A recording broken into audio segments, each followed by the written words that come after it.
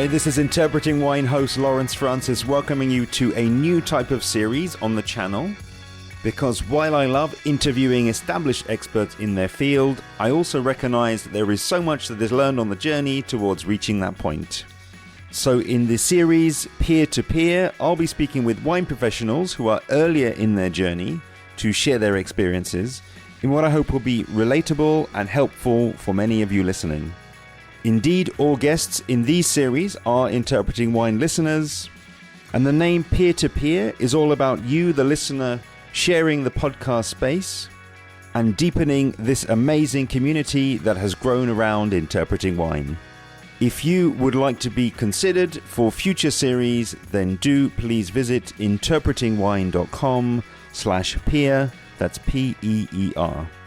We kick things off in this series today in the company of Jenni Davis of Grape Nights. In this conversation, we focus on her journey of planting a small vineyard and the challenges she and her husband have overcome to this point, discussing Jenni's transition into wine and how she chose to start her wine journey, before moving across to her vineyard site, discussing pre-prepping, prepping of the land, planting the vines, her decisions around choosing grapes, and how she feels this will help with future sales, before looking ahead to the development of the vineyard. Enjoy.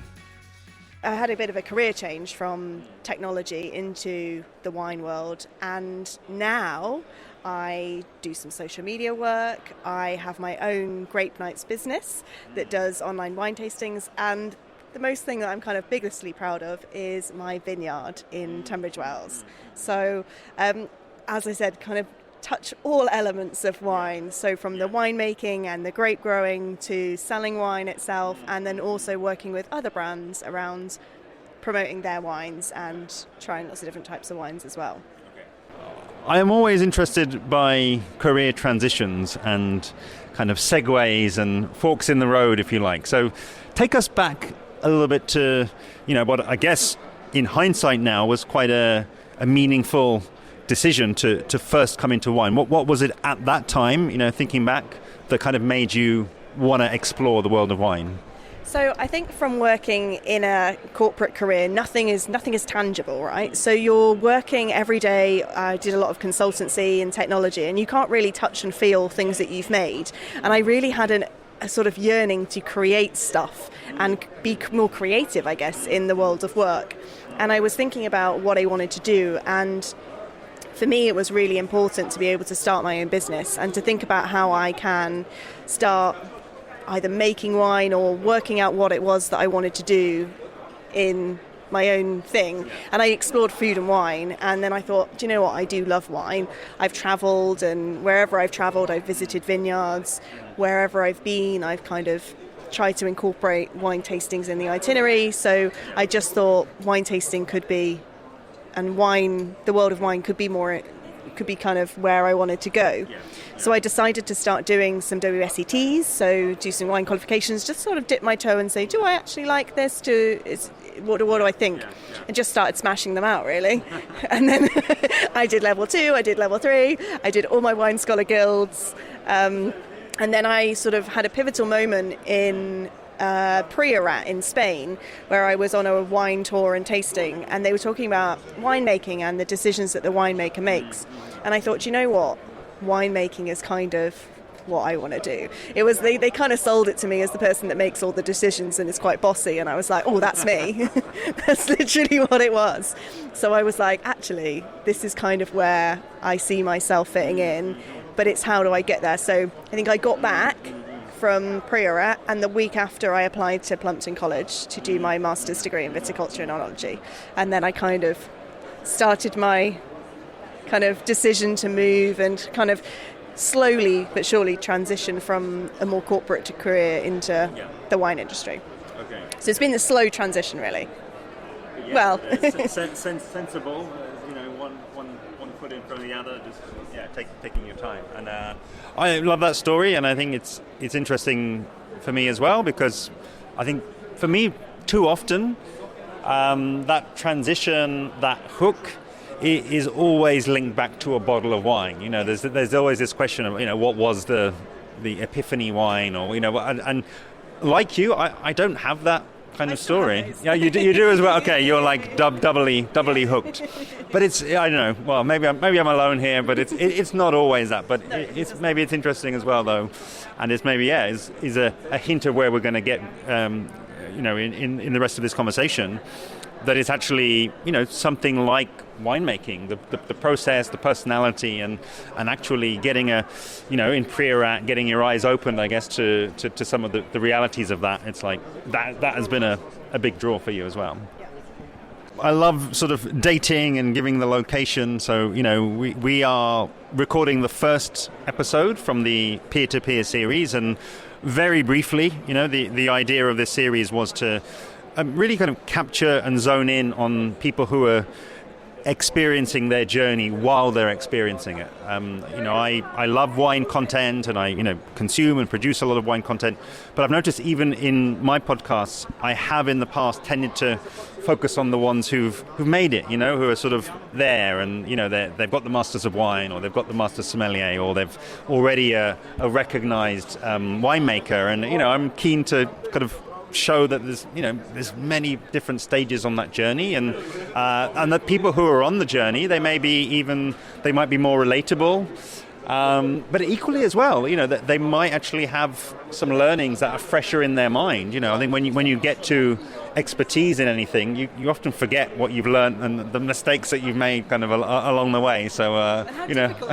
that's it, and it's maybe still quite recent, and some of those scars are probably still sort of healing, and some of the aches are still recent, and you can still sort of feel them. So the topic really that I've asked you to talk about, and that you prepared, and where we're going to be really focusing on today, is that planting of the vineyard and developing the vineyard. So I think first off, before we get into maybe some of the detail of what you've done and how hard it's been and what you've been learning, maybe just draw the line between that experience in pre-rat and, I guess, deciding this is where I want to go, this is what I want to do. Yeah.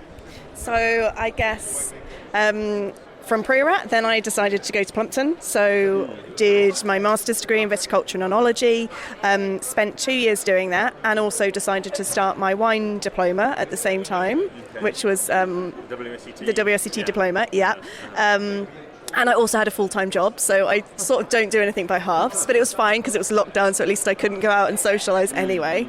And during this time I also met my now husband, and together I kind of said to him, my dream is to have a vineyard. This is kind of my plan. I know that I'd got to the point where I've worked for a lot of other people for 10, 12 years. I actually want to work for myself, and I want to have my own thing, and that's really important to me. No matter how small this needs to be, it needs to be mine and fully mine, or ours, essentially. Yeah. So we basically went on Rightmove and searched property in Kent, Sussex, Surrey, anywhere that was sort of accessible to London, because we still need to go into London at some point. And then the keyword was acre. And we looked for many sites that would be good. And then I got some companies, I was working with Vinescapes at the time, and said, look, I found this property, does it look all right? Like, can you tell me whether it's suitable or not? We didn't do kind of lots of soil analysis or anything like that, but we just kind of went off temperatures, and there's a lot of other vineyards in the areas, and that's good.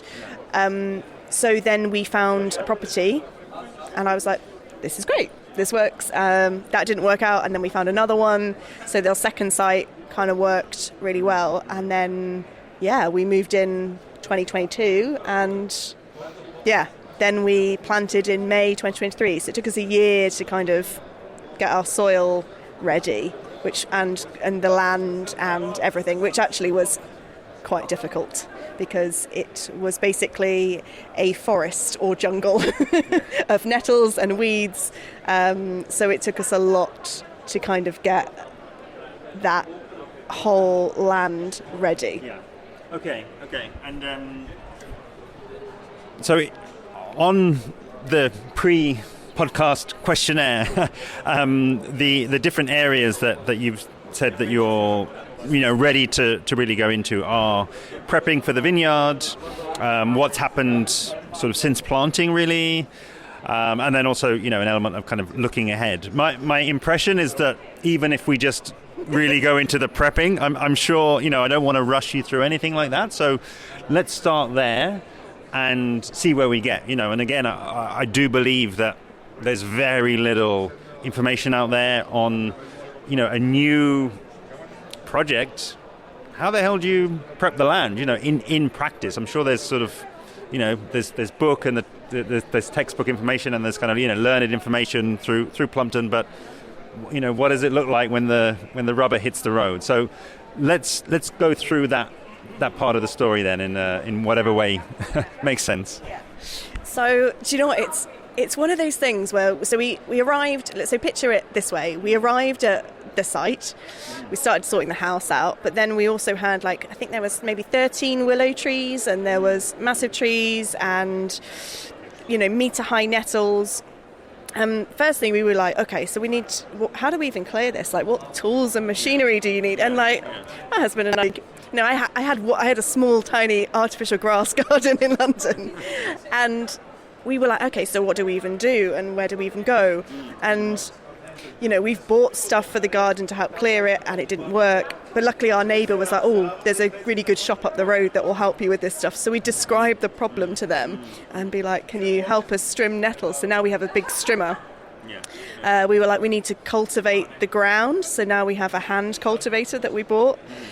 But the difficulty is because we're such a small site, we're kind of we need something more robust than garden level, but we're not big enough to be tractor level. Yeah. So the difficulty is obviously it's expensive to then get really high quality garden stuff, but it takes still a lot of time because we're not automating a lot of it through tractors and that sort of stuff. Yeah. So it was just a huge amount of learning around what actually tools and machinery we needed. And we hired a team of people to come over for a few days to help us clear the land because it was just such a difficult process. And there was some concrete slabs and a few bits that were left over from previous little buildings. So that needed to be removed as well. Sorry, I may just clarify as well for mine and the listeners' understanding, because I think this will probably come out later on in the story and the other decisions that you had to make.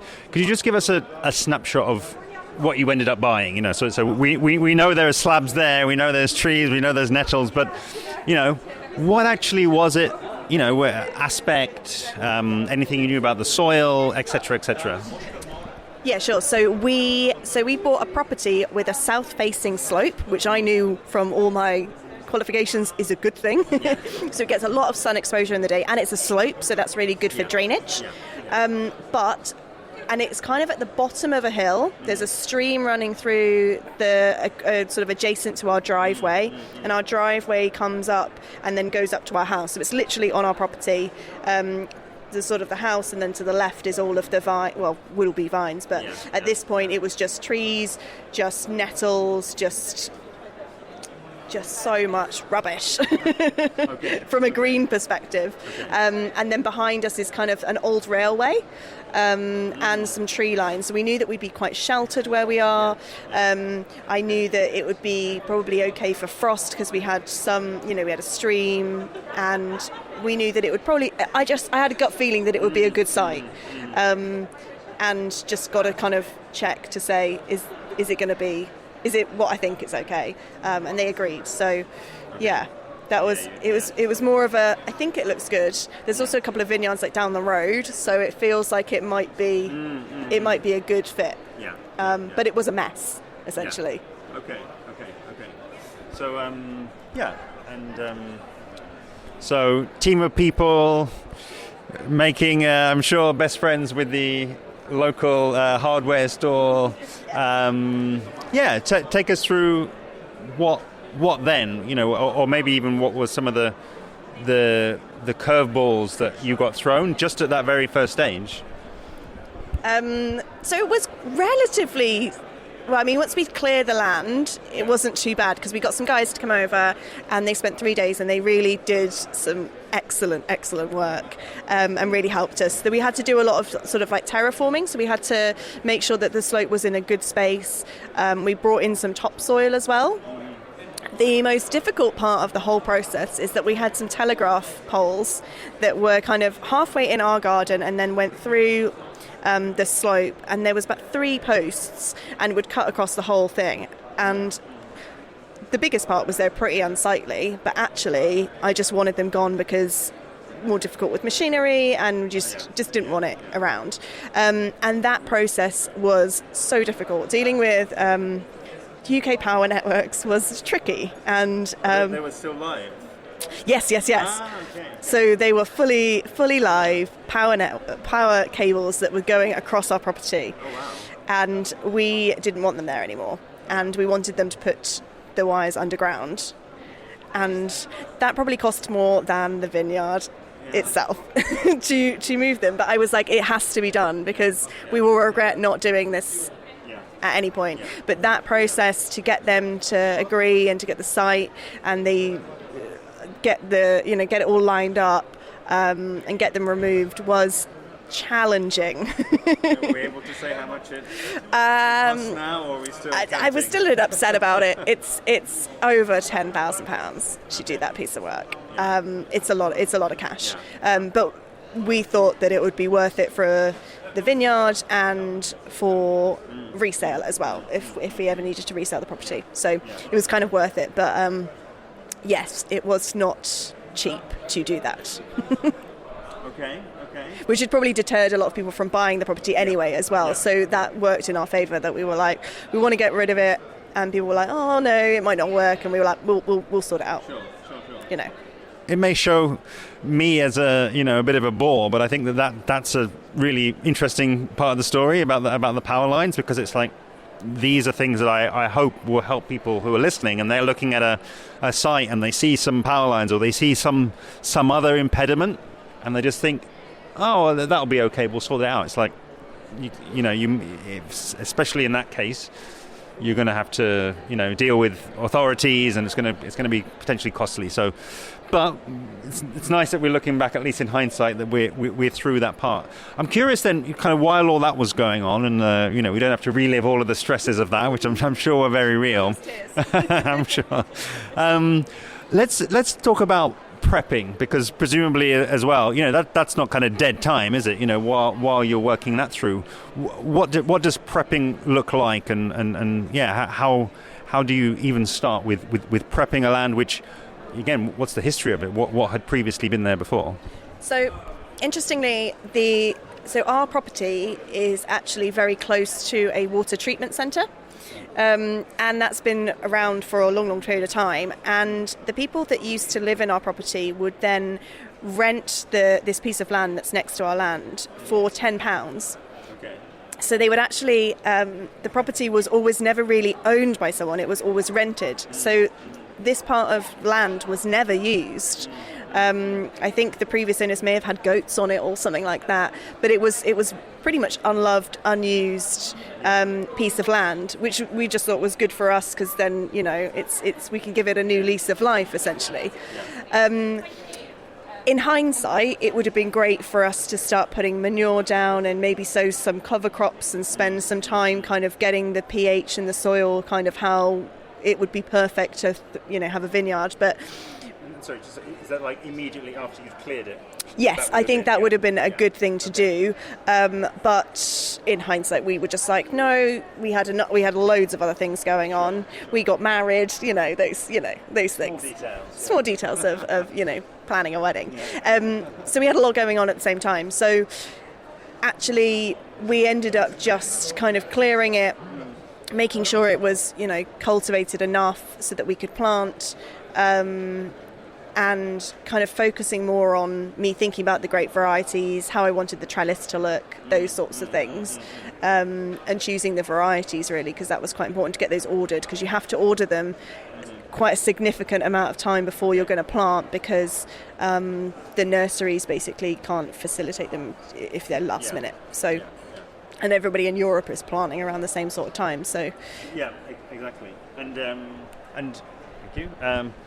And that would be, I think, a great way to kind of date this as well, because I understand that your planting date was May 2023. yes, May the 2nd. May the 2nd, 2023. So, almost a year ago. We're almost coming up on the anniversary. So talk us through then, again, I'm guessing now in hindsight is also a great way to look back. But that kind of, project we're going to plant in May 2023. When did you start that countdown? What were like some of the key dates? And again, what might have been some of the key learnings that you wish you might be able to kind of go back and tell yourself back then? So I guess July was the first time I spoke to Vinescapes. So 2022, yeah. So we'd moved in so let's start. We moved in April, the end of April 2022. Okay. I spoke to Vinescapes around July time. And then we kind of just started to agree, they came out, we agreed how many vines, how they would look, how we would put them up. I wanted specifically wooden end posts because it's our property, and I thought that it would look nicer if it had wooden end posts, so we had to agree on that. And how many varieties, those sorts of things, and how it would look and how it would, all of that stuff. So that took a few months to kind of put together quotes of how much it would cost, all of that stuff. So that probably took us till about October time. And then I had the choice of making, what varieties I wanted to get. I think I decided that around November, maybe it's slightly earlier. Chose my variety, so I'm growing Pinot Gris, Pinot Meunier and Gamay, which is super fun. And then really it was kind of over to Vinescapes to because I worked with them because for me it was really important. I didn't know how much to space my vines. I didn't know really how to plant them properly because they come as kind of sticks, and I mean I knew what do you do and how deep do you go, and do I need to water them, or what do you do essentially, and how does that all work? So at this point I was like, I'll actually just get somebody in to help me do this.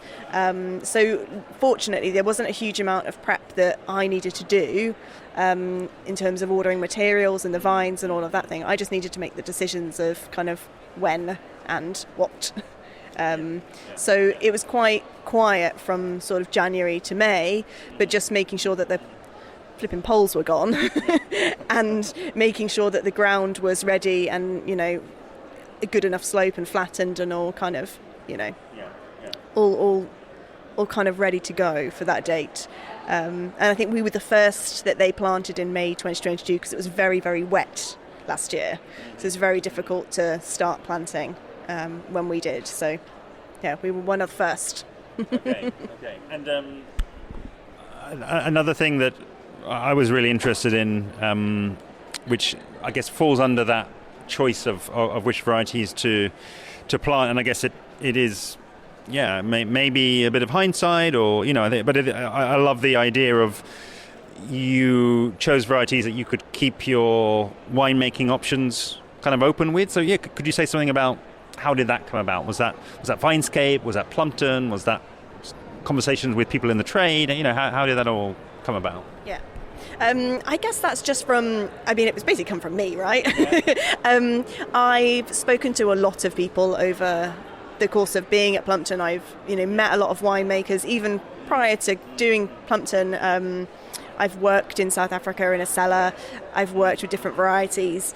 And for me, the key thing to remember that, yes, you are a winemaker, but you also need to sell your wines. And sales are very important still to not just make money, but just so that you don't have loads of stock lying around. And it was really important for me to be able to be adaptable, especially in the UK as well. I don't think it makes sense to pigeonhole yourself to, I'm just going to make red wine or I'm just going to make white wine. I think there are companies and estates that are doing that, and that's fabulous. But for me, being much smaller, I needed to be able to be more creative. And also it's more fun, right? Yeah. You can be like, I want to make an orange wine. I'm going to just do that. I want to make this year. Oh, I'll try this. And, I wanted to keep everything as kind of fun, interesting as possible. And I really didn't want to plant Chardonnay, Pinot Noir and Pinot Meunier because so many people do that. And I don't want to compete with these, amazing wines that we already have in the UK. I have to do something a little bit different. So for me, it was I have to do something more interesting, and I have to choose varieties that I'm going to love drinking. I tried some, peewees and tried some different weird varieties like Solaris and other things, and I just thought, I don't love them. I've got to love it because I've got to grow. This is a long project. They've got to be there for a long time. This is it. Yeah, and you're going to meet. You're going to meet those vines again in the glass and in the bottle later on. So you've got to. I don't have any regrets. Yeah, no, I love it, and I think this is really as we look to closing. Really, I think this is a really interesting time in the story to kind of pick things up because as we've just said, coming up on the first anniversary of the vineyard and of the planting. So really. A classic interpreting wine closing question. As we sit here in May 2024 at the Amazing Real Wine Fair, or April 2024 even. What is it that's kind of front of mind now? For you as you kind of look forward. What are you sort of most excited about? Keep it nice and open. Yeah. So I think the main thing is really getting a bit more of a rhythm. So in the first few years of planting vines, they're quite different to what the sort of next 4 years you'll do, and the way that you prune the vines is very different because you're establishing them. So I'm excited to get to a point where the vineyard starts to feel like it's got its rhythm. At the moment it doesn't feel that at the moment because it's still new, so I'm excited for that rhythm to be established, to start to get to know the vines individually almost, because that's what you can do when you have a small vineyard. So it's really about getting that rhythm established and to start seeing the vineyard grow and change through the seasons.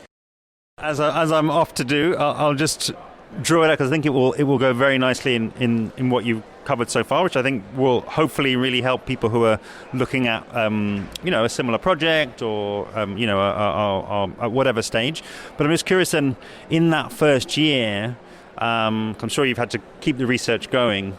What is it, at a relatively high level, maybe with one or two examples, what is it that you can foresee that you're doing now, in that first year, that you maybe won't have to do, or you'll maybe even have to adapt as you go forward?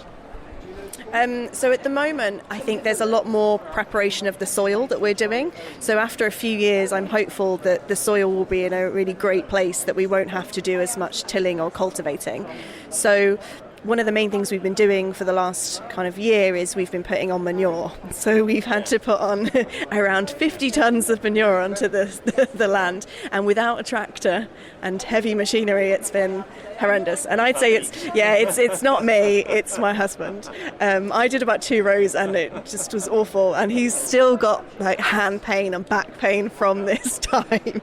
So it's more of that kind of, we really want to build up the soil nutrition. So manure, things like obviously well-rotted manure, buying all of that in, we've had to find producers of that as well and try and get a good deal to put it all on the land, to get it churned in, to get that going. And then we'll have cover crops that I'm sowing at the moment. So by hand, my 24 kilos of cover crops that I'm spreading if the birds don't eat them.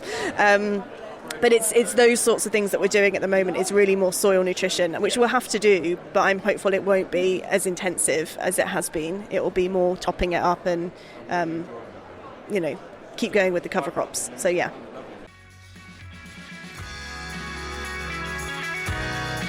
A massive thanks to today's guest, Jenni Davis of Grape Nights. Again, really keen to engage more of you, the listeners, in this series. So if what Jenni has shared has resonated with you, then why not reach out to her and let her know what you thought of the episode. And of course, ask any questions about anything that was raised. I've left below the main social media handles for Jenni's 2 accounts. And do be sure to give her a follow, where you can of course follow along with her 2 projects. Next time on Interpreting Wine Peer-to-Peer Series in episode 557, I'll be speaking with Alex Taylor of Online Tasting Company. If you're not already, then do subscribe to be alerted when that episode goes live. See you then.